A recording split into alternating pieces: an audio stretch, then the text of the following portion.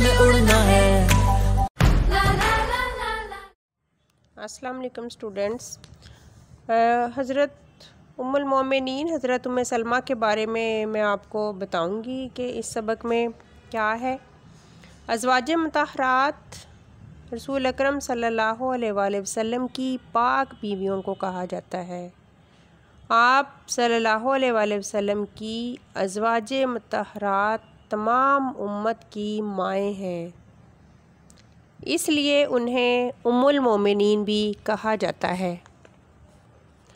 यकीनन आप इन अज़वाज मुतहरात में से कुछ के बारे में ज़रूर जानते होंगे। आज नबी अकरम सल्लल्लाहु अलैहि वसल्लम की ज़ौजा मोहतरमा और तमाम मोमिनों की माँ हज़रत उम्मे सलमा रज़ी अल्लाह तआला अन्हा के बारे में पढ़ते हैं।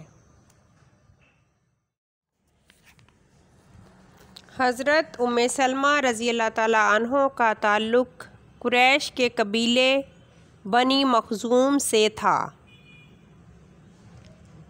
आप रज़ी अल्लाह तआला अन्हा का असल नाम हिंद था, जबकि कुनियत उम्मे सलमा थी।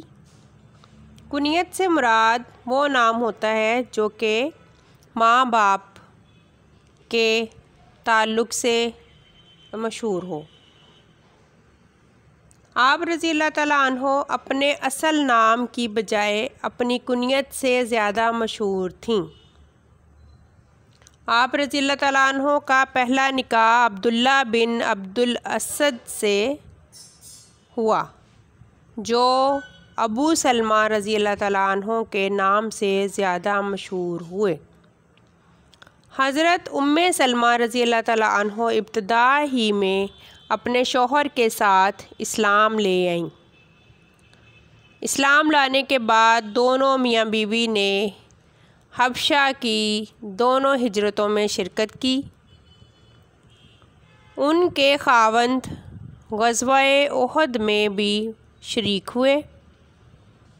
मैदान जंग में उनका बाजू ज़ख्मी हो गया। बच्चों, जो हज़रत उम्मे सलमा थीं, उनके शौहर का बाजू जो था इस ग़ज़वे में बहुत ज़ख्मी हो गया। ज़ख़म भर ना सका। भर ना सकना का मतलब होता है बेहतर ना होना, ठीक ना होना। ज़ख़म भर ना सका और आप रज़ी अल्लाह तआला अन्हा इंतकाल फरमा गए। इंतकाल फरमाना का मतलब होता है, उसका मीनिंग है अल्लाह ताला के पास चले जाना, रहलत फरमा जाना, इस दुनिया से कूच कर लेना। हज़रत उम्मे सलमा रज़ी अल्लाह तआला अन्हा शौहर की वफ़ात पर निहायत गमज़दा थीं। बच्चों, गमज़दा का मतलब होता है गमगीन होना, बहुत ज़्यादा अफ़सोस करना, अफसुर्दा हो जाना। हज़ूर अकरम सल्लल्लाहु अलैहि वसल्लम ने आप रज़ी अल्लाह तआला अन्हा को सब्र की ताकीद फरमाई। ताकीद फरमाना, नसीहत करना। और हज़रत अबू सलमा रज़ी अल्लाह तआला अन्हा की नमाज जनाज़ा पढ़ाई। इद्दत के बाद, बच्चों, इद्दत का मतलब होता है खावंद की वफ़ात के बाद 4 माह 10 दिन का वो अरसा जिसमें दोबारा निकाह ना किया जाए, उसे इद्दत कहते हैं। इद्दत के बाद हज़रत सैयदना उमर फ़ारूक रज़ी अल्लाह तआला अन्हो हज़ूर अकरम सल्लल्लाहु अलैहि वसल्लम का पैगाम लेकर आए, तो आप रज़ी अल्लाह तआला अन्हो ने कबूल फरमाया। बच्चों, जब उनके शौहर का इंतकाल हो गया तो हज़रत उमर फ़ारूक जो हैं वो आप सल्लम के पास हज़रत उम्मे सलमा जो थीं उनके निकाह के लिए पैगाम लेकर आए।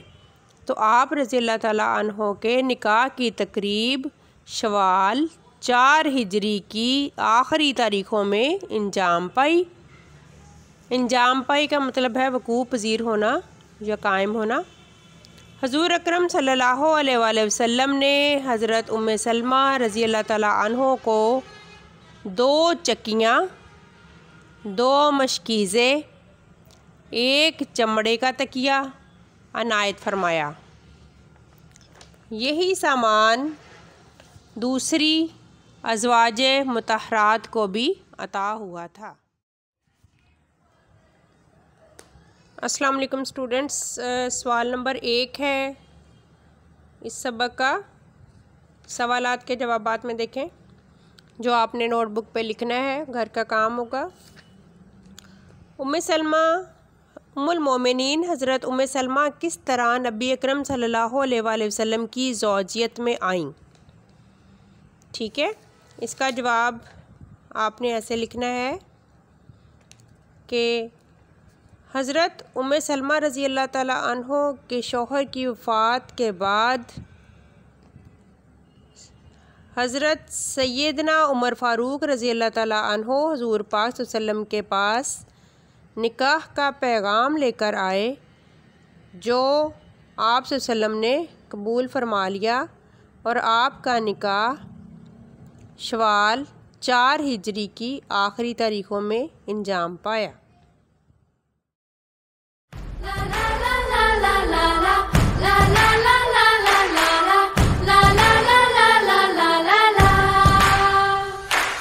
हवा में उड़ना है, पानियों पे चलना है, अपनी दुनिया को रंगों से भरना है।